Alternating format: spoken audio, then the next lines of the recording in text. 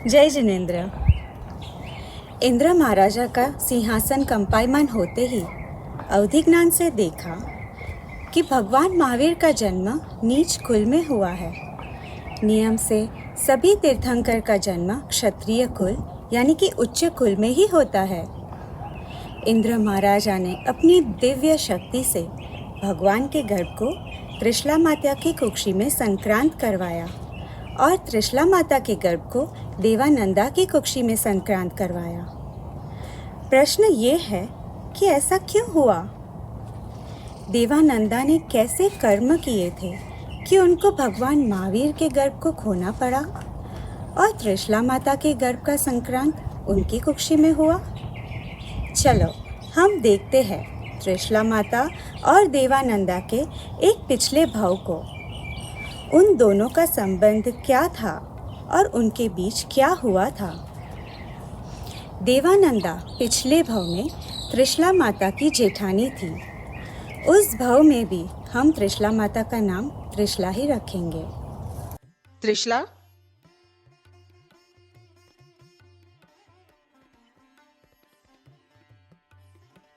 मैं तुम्हारी ज्येष्ठ जेठानी हूं। आज तक घर का सारा काम मैं ही करती आई हूं। घर का काम करते करते मैं थक गई हूं। अब मैं सुबह जल्दी भी नहीं उठ सकती, इसलिए अब घर का सारा काम तुम संभालोगी।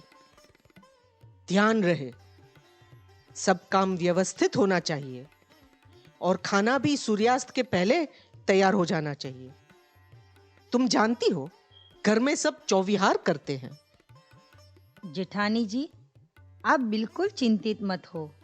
मैं घर का सारा काम संभाल लूंगी। मैं अपने सास, ससुर और सबका बहुत अच्छे से ध्यान रखूंगी। किसी को भी शिकायत का मौका नहीं दूंगी।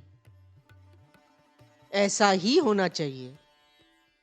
एक और बात त्रिशला, तुम्हारे पास जो गहने हैं वो सभी मुझे दे दो। तिजोरी की चाबी मैं रखती हूं। जेठानी जी, आप मेरा कितना ख्याल रखती हो। घर का थोड़ा काम अभी बाकी है। आप अभी ये कंगन रख लो। बाकी के सब गहने मेरे शयन खंड के अलमारी में है। आप वहां से लेकर रख दोगे? हाँ हाँ, अवश्य। तुम इसकी चिंता मत करो, मैं रख दूंगी। तुम अपना काम संभालो। जी जेठानी जी। देवानंदा त्रिशला के शयनखंड में जाकर सभी गहने निकालती है और देखती है। वह अपने आप को कहती है,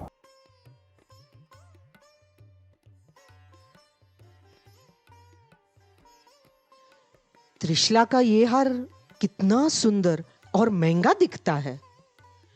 ऐसा कीमती हार तो मेरे पास भी नहीं है। मेरी शादी को 2 साल हो गए, फिर भी मेरे पास कुछ नहीं है। क्यों ना ये हार मैं रख लूं? इसे थोड़ा बदल देती हूं। इसमें कुछ गलत नहीं है, किसी को पता नहीं चलेगा। मैं तो जेठानी हूं और ये तो मेरा हक है, अधिकार है।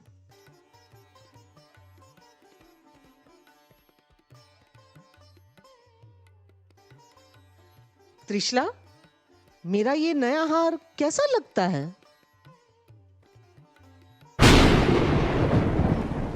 ये हार, ये कीमती हार तो मेरी माँ ने मुझे दिया था। जेठानी जी ने रख लिया, बदल भी दिया और मुझे पूछा तक नहीं। अगर मुझे बताया होता तो मैं वो हार उन्हें खुशी खुशी दे देती। कोई बात नहीं, जेठानी जी मुझसे बड़ी है, मैं उन्हें नीचा नहीं दिखाऊंगी। जेठानी जी, ये हार अब तक बहुत सुंदर दिख रहा है। समय बीता गया। देवानंदा का अंत समय आ गया। उसको बहुत पश्चाताप हुआ। त्रिशला को अपने पास बुलाया। त्रिशला, स्वार्थ और ईर्ष्या के कारण मैं अंत हो गई थी। मैंने तुम्हें बहुत दुख दिया। घर का सारा काम तुमसे करवाया। मैंने ही तुम्हारा हार चुराया था। जानते हुए भी तुम कुछ नहीं बोली, मौन रही। तुम तो देवी हो। तुम्हारे सब गहने मैं वापस करती हूं।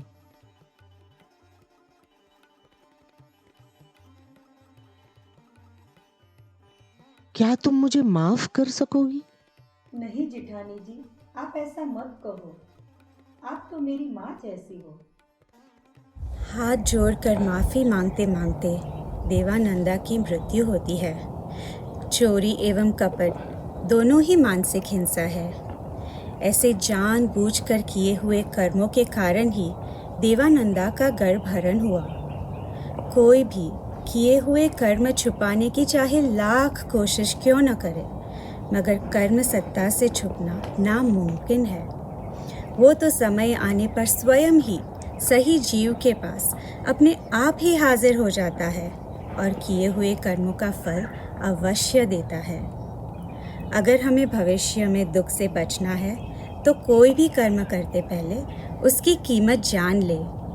अगर हम कीमत चुकाने के लिए तैयार है तो वो कर्म अवश्य करें, क्योंकि कीमत तो चुकानी ही पड़ेगी। जय जिनेंद्र।